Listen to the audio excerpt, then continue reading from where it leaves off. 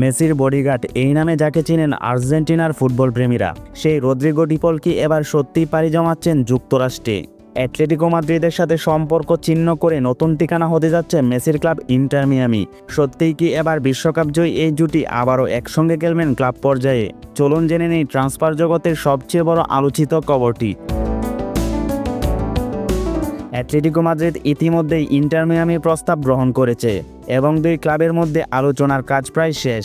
এই মুহূর্তে কেবলমাত্র শেষ মুহূর্তের কিছু আনুষ্ঠানিকতা এবং ডিলেড ট্যাকটিক্যাল ডিটেলস মোকাবেলার কাজ চলছে। চুক্তি হবে 4 বছরের জন্য, যার মাধ্যমে রদ্রিগো ডিপল যুক্তরাষ্ট্রের মেজর লিগ সকারে নাম লেখাবেন।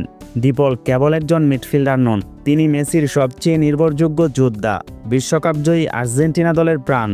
মাঠে যেমন একাগ্রতা, তেমনই মাঠের বাইরে মেসির পাশে থাকা। তাকে মেসির দেহরক্ষী বলা হয়। মজা করে হলেও তার প্রভাব এবং উপস্থিতি কিন্তু দলের আত্মবিশ্বাসের বড় উৎস।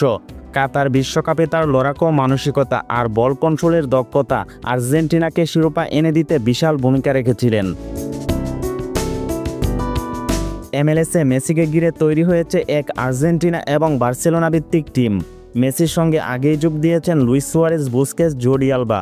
এবার রদ্রিগো ডিপলকেও আনা হচ্ছে এই প্রজেক্টে।